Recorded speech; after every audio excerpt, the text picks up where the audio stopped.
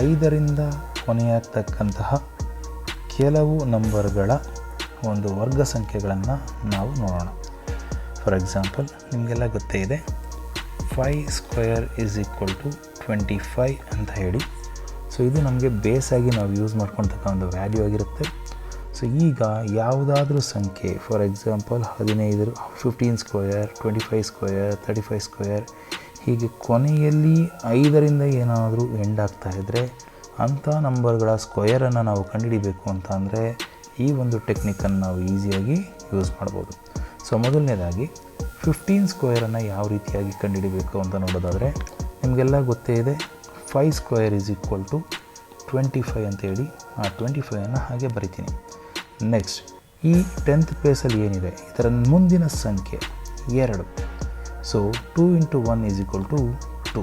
So 15² = 225 ಆಗಿರುತ್ತೆ.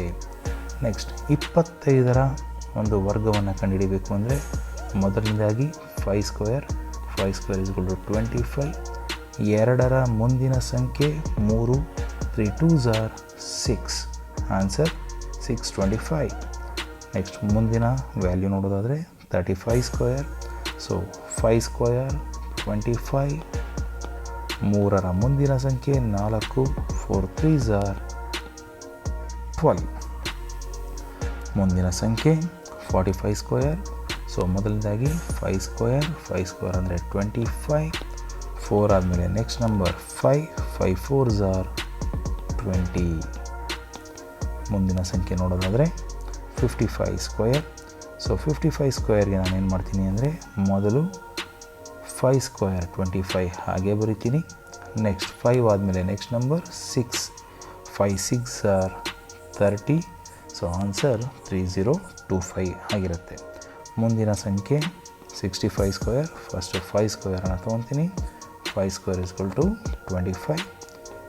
6 next number 7. 7 6s are 42. So answer ನನಗೆ 42 ಆಗಿರುತ್ತೆ. ಮುಂದಿನ ಸಂಖ್ಯೆ 75². ಸೊ ಮೊದಲನೇದಾಗಿ ನಾನು ಏನು ಮಾಡ್ತೀನಿ ಅಂತ ಅಂದರೆ 5² ಬರ್ಕೊತೀನಿ.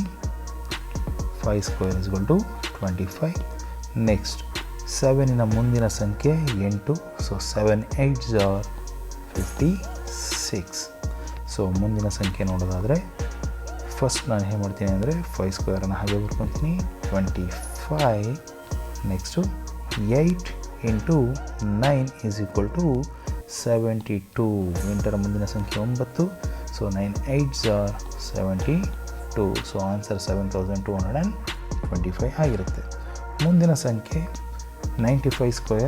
ಸೊ ಮೊದಲನೇದಾಗಿ ನಾನು ಏನು ಮಾಡ್ತೀನಿ ಅಂದರೆ 5² ಬರ್ಕೊತೀನಿ. 25. 9 ಆದಮೇಲೆ ಮುಂದಿನ ಸಂಖ್ಯೆ 10. So 10 9s are 90. ಸೊ ನನಗೆ ಬಂದಂಥ ಆನ್ಸರ್ 9025. ಮುಂದಿನ ಸಂಖ್ಯೆಯನ್ನು ನೋಡೋದಾದರೆ 105². 5² 25 ಹಾಗೆ ಬರಿತೀನಿ.